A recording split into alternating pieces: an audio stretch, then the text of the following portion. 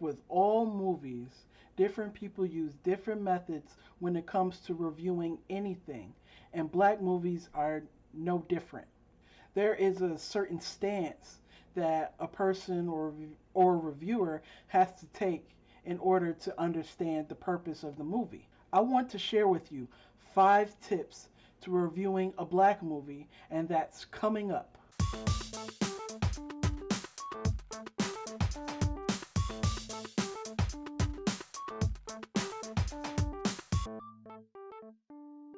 Welcome back to another episode of Terrell's Takes, where I give you my takes on black celebrities in the film and music industries, discussing black movies, roles, and the music that we all love and enjoy. If you are new to this channel and you enjoy my content, be sure to hit that like button if you like it, smash the subscribe button to become a taker, and ring the notification bell next to it to stay up to date with all things Terrell's Takes.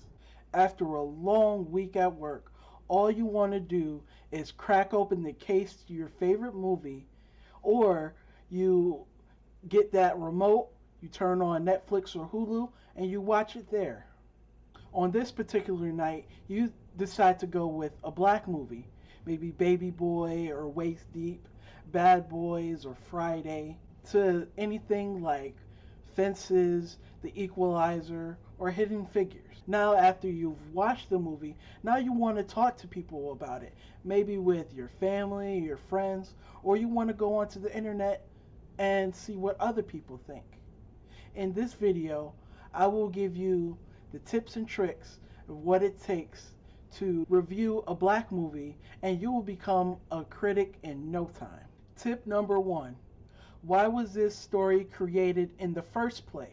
When it comes to a movie of any kind, it's mostly a story that wants to be told, whether fictionally or through real events.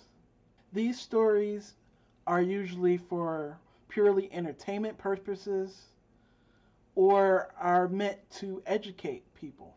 The stories of Independence Day, Training Day, and Fruitvale Station all have different stories that are to be told. Everyone loves a great alien invasion movie, especially when the lead role is Will Smith, someone who was already so popular from his TV show, The Fresh Prince of Bel-Air. Or a story of a crooked cop in Training Day where Denzel Washington is an absolute animal, a monster, one of his best performances I've ever seen. And if you have not seen Training Day, I'd recommend you go watch that movie as soon as possible. And then there's Fruitvale Station.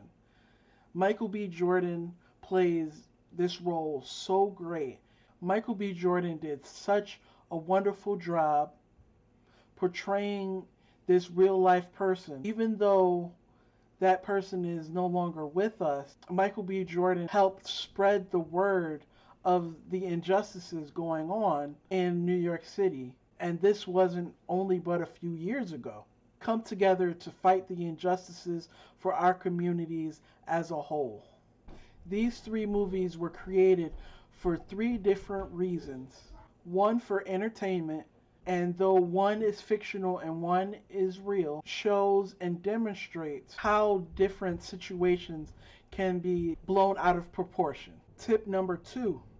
Does the plot progression fit the overall tone of the story? One movie that does this well, one that I could watch on repeat over and over and over again, is Friday. The plot progression in Friday is so phenomenal. The way that Ice Cube wrote this is near perfect. While the main plot progression of Friday is through Ice Cube's character and his experiences on a particular Friday, because he was fired from his job the day before, the subplots throughout the film doesn't take away from the main plot, and the story felt neither rushed or dragged along.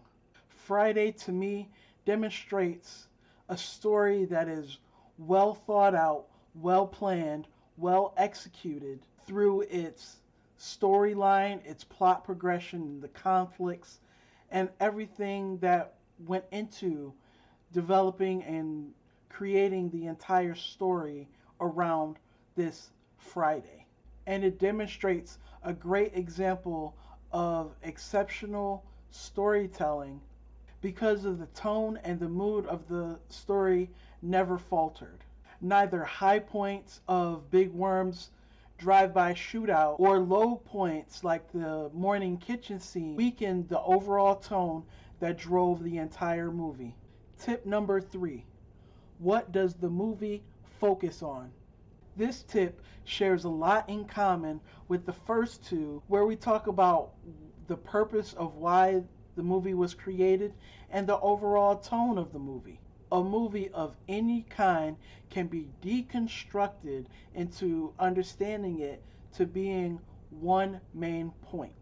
This can be through love and romance, like Think Like a Man, or an unfortunate life story told in a very comedic way, like in the movie Life, or family coming together for a major event, like in the movie This Christmas, or its poor excuse for a lateral sequel in Almost Christmas. Oops, sorry, I'm not sorry.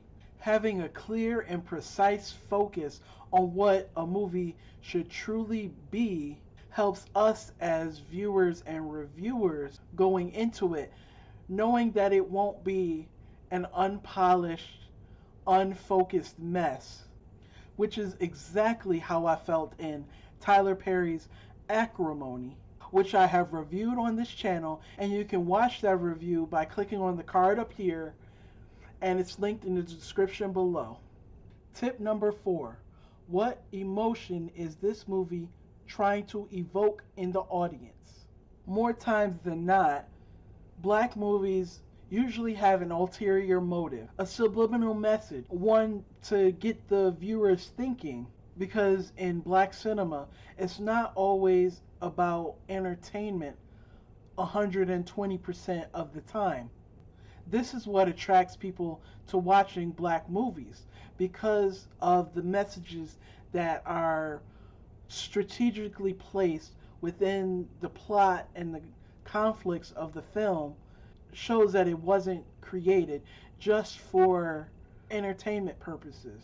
The message expressed in black movies, defined by the black experience, are so much different from other movies because writers and producers and directors can utilize the black experience to expand the horizons of the viewership in order to demonstrate a major issue that may be going on in the community at a certain time period. Action comedies like Bad Boys portray Will Smith and Martin Lawrence's characters as two black cops who do everything they can to get the job done their way, even though it tends to go behind their captain's back. They may mess up along the way, but in the end, they always are seen as the hero.